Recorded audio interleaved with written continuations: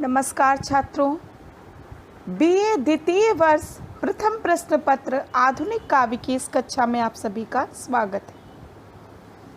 आज हम पढ़ेंगे पंत की कविता नौका विहार। जैसा कि हम सभी जानते हैं कि सुमित्रा नंदन पंत प्रकृति के सुकुमार कवि हैं और इन्होंने प्रकृति को सभी रूपों में चित्रित किया है। प्रस्तुत कविता में प्रकृति कवि को मानव जीवन की शाश्वत सत्यता से अवगत कराती है। प्रकृति के प्रत्येक कार्य व्यापार में कवि रहस्यवादी सत्ता का नियंत्रण देखता है तथा उसे आभास हो जाता है कि मानव का जीवन शाश्वत है। जिस तरह आकाश में चमकने वाले सूर्य चंद्र शाश्वत हैं, दिन रात शाश्वत हैं, उसी तरह मानव का जीवन भी अनादिकाल से चला आ रहा है तथा अनादिकाल तक इसी तरह से प्रवाहमान होता रहेगा। यह कविता गुंजन नामक कविता संग्रह से ली गई है। यह कविता उस समय की है जब पंत जी काला काकड़ नरेश के आमंत्रण पर उनके राजभवन में अतिथि के रूप में रह रहे थे। उसी काल में एक दिन ग्रीष्म की रात्रि में उन्होंने गंगा में नौका विहार किया। कवि ने उस अनुभूति से भाव विह्वल होकर ही यह कविता रची है। इस कविता के संबंध में डॉक्टर नगेंद्र लिखते हैं कि पंत जी की कविताओं में नौका विहार अपने चित्रों के लिए प्रसिद्ध है। प्रस्तुत कविता की चित्रात्मक भाषा पाठक वर्ग को नौका विहार की अनुभूति कराती प्रतीत होती है। वास्तव में शब्द और तूली अर्थात कूची में इतना निकट संबंध हिंदी का कोई कवि स्थापित न कर सका। तो इन शब्दों से हम जान सकते हैं कि प्रस्तुत कविता में प्रकृति का चित्रात्मक मनोहारी रूप प्रस्तुत किया है पंत जी ने। नौका विहार शीर्षक का मुख्य संदेश कविता के अंतिम पद्य में निहित है। कवि कहता है कि जिस प्रकार गंगा की यह धारा शाश्वत है, जो कि निरंतर प्रवाहित हो रही है, अनादिकाल से प्रवाहित होती आ रही है, अनादिकाल तक प्रवाहित होती रहेगी। नीले आकाश का विस्तार शाश्वत है, चंद्रमा की चांदनी शाश्वत है, छोटी छोटी लघु लहरियों की क्रीड़ा शाश्वत है, उसी प्रकार मानव जीवन भी शाश्वत है, क्योंकि आत्मा अजर अमर है। गीता में भी कहा गया है कि न हन्यते हन्यमाने शरीरे। आत्मा ब्रह्म का अंश है और वह निरंतर चोला अर्थात इस शरीर को परिवर्तित करती बदलती रहती है। जिस प्रकार से हम जीर्ण वस्त्रों को बदलते हैं, उसी प्रकार आत्मा जीर्ण शीर्ण शरीर को बदलती है, परंतु वह स्वयं अजर अमर व अपरिवर्तनशील रहती है। अतः मानव को मृत्यु के भय का कोई कारण नहीं होना चाहिए, क्योंकि मृत्यु जीवन का अंत नहीं है। तो प्रस्तुत कविता में दार्शनिक भावों से अभिभूत है कवि प्रकृति के कार्य व्यापार में दार्शनिकता का अनुभव कर रहा है तथा उसी दार्शनिकता से मानव जीवन को बड़े ही सुंदर ढंग से जीवन के परम सत्य से अवगत कराते हुए चलता है। चलिए पढ़ते हैं कविता नौका विहार। नौका विहार कविता में कवि ने मानवीकरण अलंकार का प्रयोग किया है तथा गंगा को एक तपस्विनी युवती के रूप में चित्रित किया है।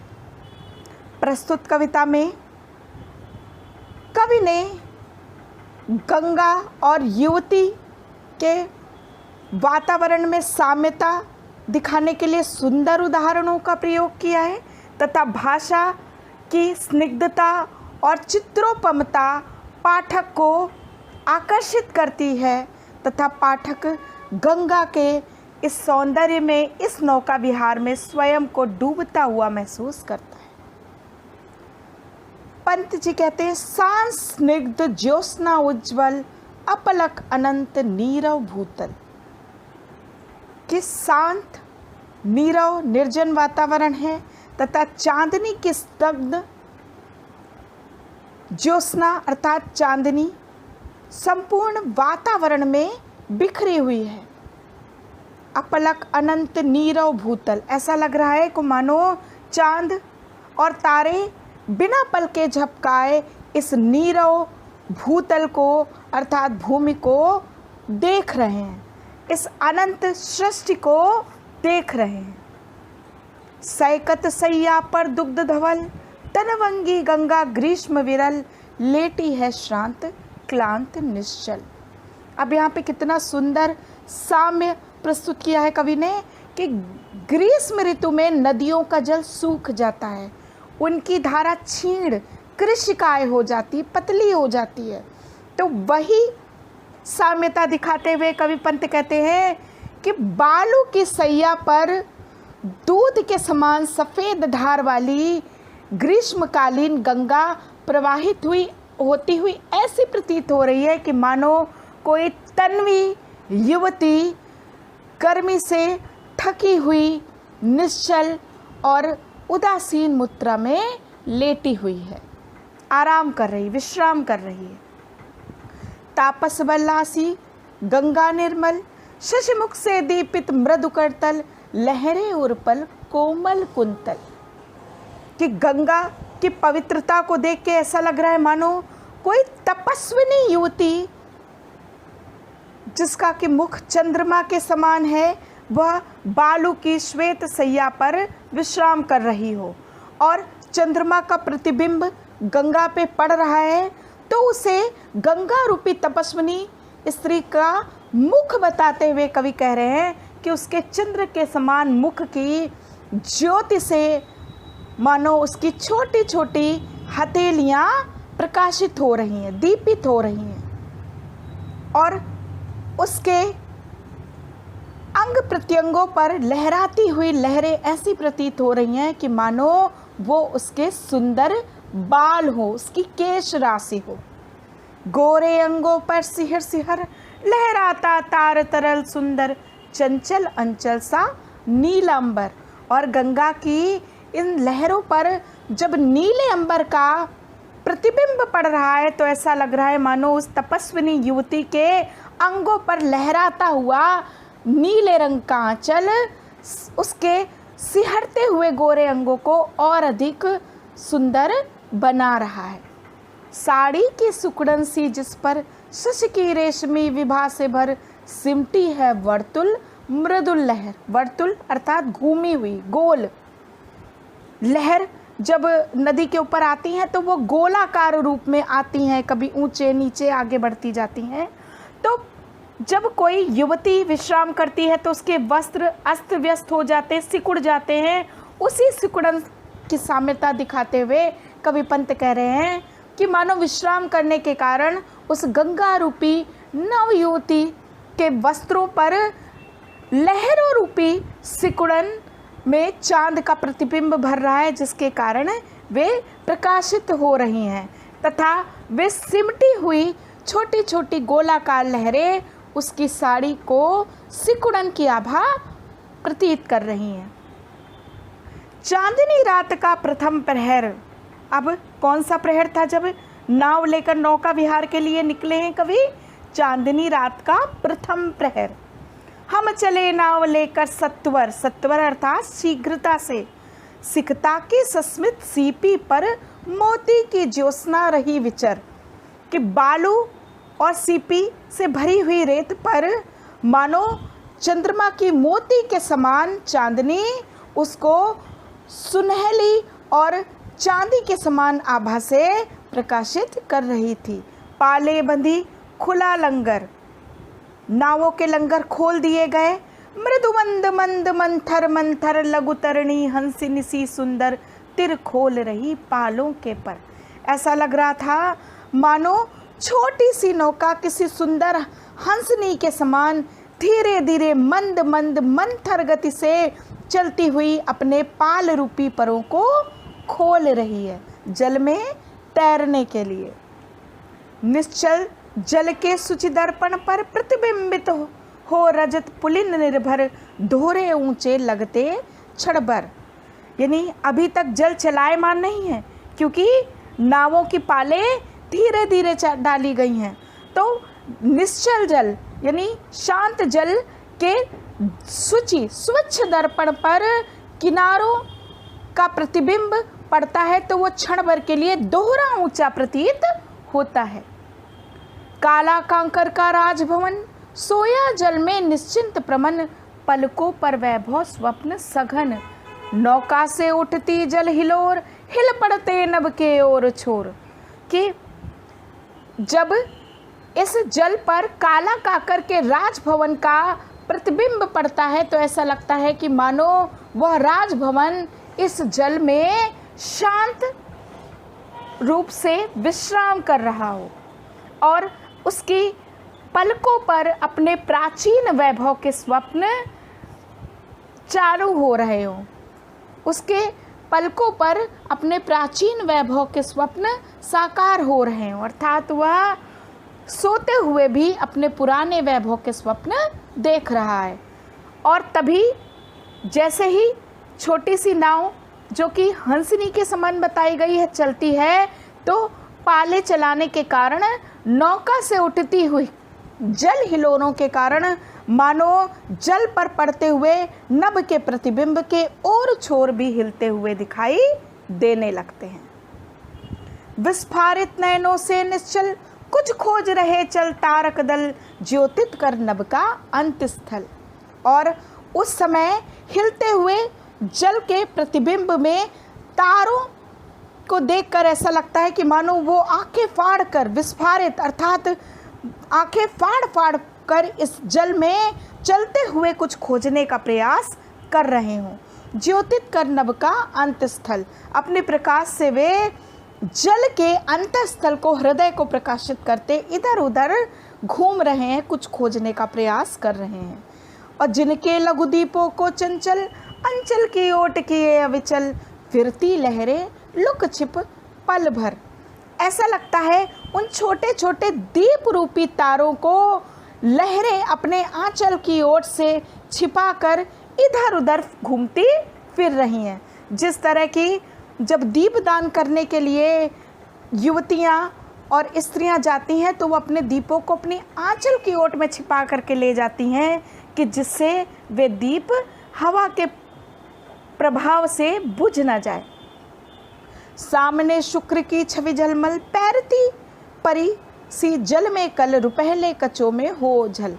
और सामने उगे हुए शुक्र तारे की झिलमिलाती हुई छवि जब जल के प्रतिबिंब में पड़ती है, तो ऐसा लगता है कि मानो जल में कोई रुपहली परी सी भागती हुई जा रही हो, जो अपने रुपहले कचों में अर्थात केशों से कभी दिखाई पड़ती है और कभी ओझल हो जाती है। लहरों के घूंघट से झुक झुक दशमी का शशि निज तिर्यक मुख, दिखलाता मुग्धा सा रुक रुक। तभी ऐसा लगता है कि मानो दशमी तिथि का तिर्यक अर्थात कटा हुआ चांद मुग्धा नायिका के समान अपने मुख को कभी घूंघट से दिखाता है और कभी उसको ढांक लेता है। तो मुग्धा नायिका के समान वह कभी अपने मुख को दिखाता है और कभी उसको छिपा लेता है। अब पहुंची चपला बीच धार, छिप गया चांदनी का कगार। तभी नाव चलते चलते बीच धारा में पहुंच जाती है और चांदनी और तारों का कगार मानो पीछे छूट जाता है। दो बाहों से दूरस्थ तीर, धारा का कृष्ण कोमल शरीर, आलिंगन करने को अधीर।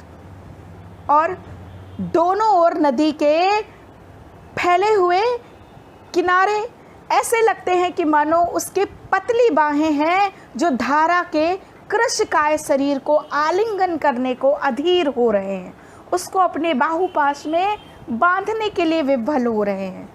अति दूर क्षितिज पर विटप माल, लगती भ्रू रेखा सी अराल। तभी अति दूर स्थित पेड़ों की जो पंक्तियां हैं वो ऐसी प्रतीत हो रही है मानो कि किसी सुंदरी की भ्रू रेखाओं अर्थात भौहों के समान प्रतीत हो रही हैं। अपलक नभ नील नयन विशाल, और नभ जो कि नीले रंग का है वो किसी के अपलक नेत्रों के समान प्रतीत हो रहा है। माँ के उर पर शिशु सा समीप सोया, धारा में एक द्वीप उर्मिल प्रवाह को कर्क प्रतीप।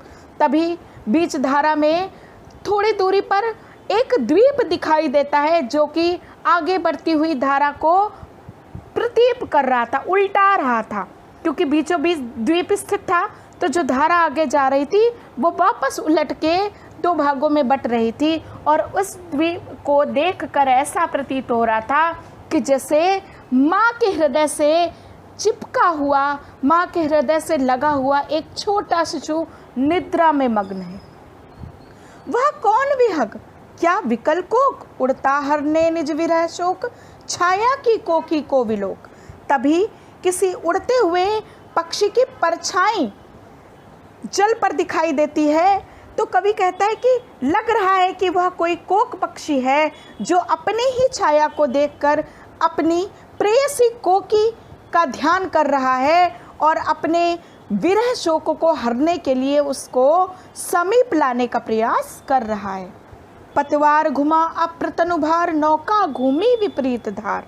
अब पतवार को घुमा करके हम नाव मोड़ते हैं और जल के भार को धीरे धीरे कम करते हुए नौका विपरीत धारा में चलने लगती है।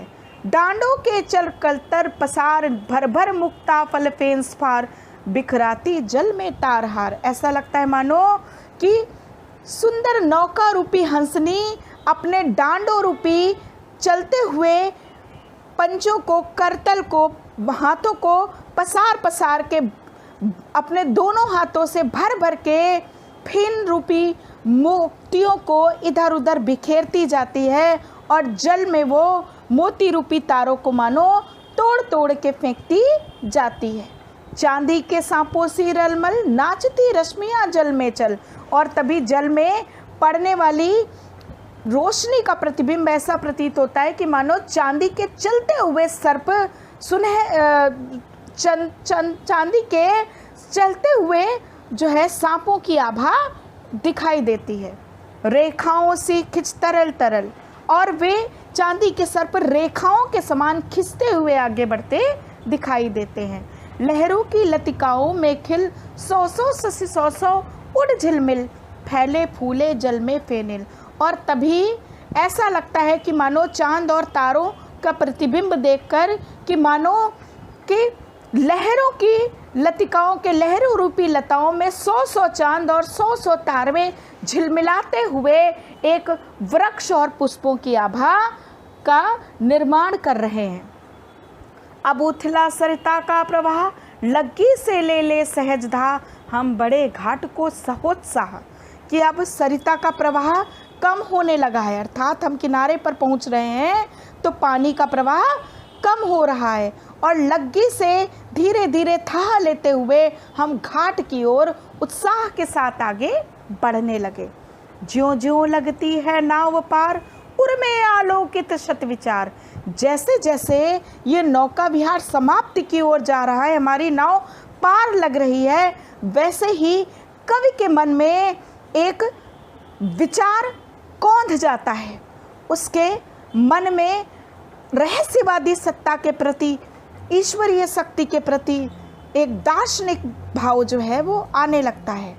कवि कहता है कि धारा सा ही इस जग का क्रम, शाश्वत इस जीवन का उद्गम, शाश्वत है गति शाश्वत संगम। कि जिस तरह नदी का अपने स्रोत से निकलना और धीरे धीरे मैदान पर बहना, फिर जा कर के अंत में सागर में मिल जाना शाश्वत है, उसी तरह मानव का भी जन्म लेना, धीरे धीरे अपने कार्य व्यापारों के साथ जीवन को आगे बढ़ाना और मृत्यु में अवसान प्राप्त करना भी शाश्वत है। तो धारा के समान भी इस जगत का क्रम शाश्वत है, इस जग की गति भी शाश्वत है और उसका मृत्यु से संगम भी शाश्वत है। शाश्वत नभ का नीला विकास, यह नभ का नीला विकास भी अनादिकाल से युगों युगों से इसी भांति चला आ रहा है और इसी तरह आगे भी चलता रहेगा।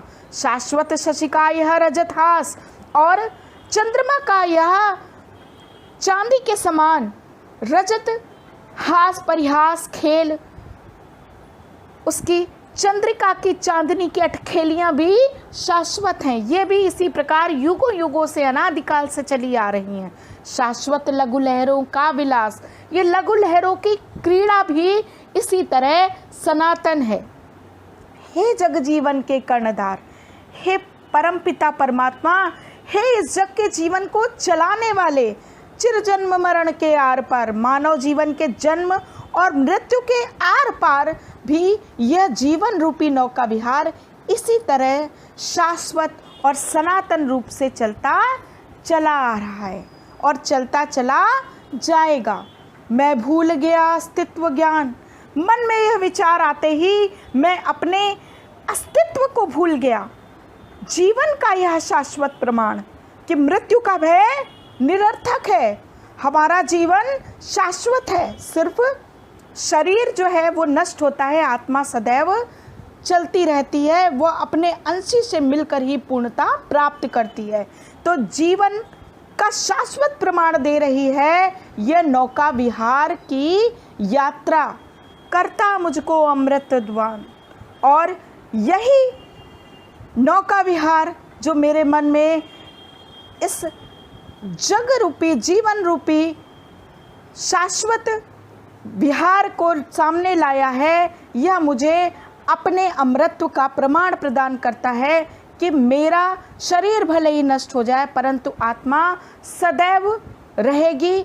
और जीवन का यही शाश्वत प्रमाण प्रत्येक मानव को अमरता दान करता है। तो इस तरह हमने देखा नौका विहार कविता, जो कि मानवीकरण, उपमा, उत्प्रेक्षा, विशेषण, विपर्यय आदि अलंकारों से सुसज्जित है। कवि की भाषा सुंदर, संस्कृतनिष्ठ, स्निग्ध, खड़ी बोली है तथा प्रस्तुत कविता में प्रकृति के माध्यम से कवि अपने दार्शनिक भावों को व्यक्त करता दिखाई देता है और जीवन की सहज व्याख्या इतनी सरलता के साथ कर देता है कि प्रत्येक मानव इस जीवन रूपी नौका विहार से स्वयं को प्रभावित पाता है। धन्यवाद।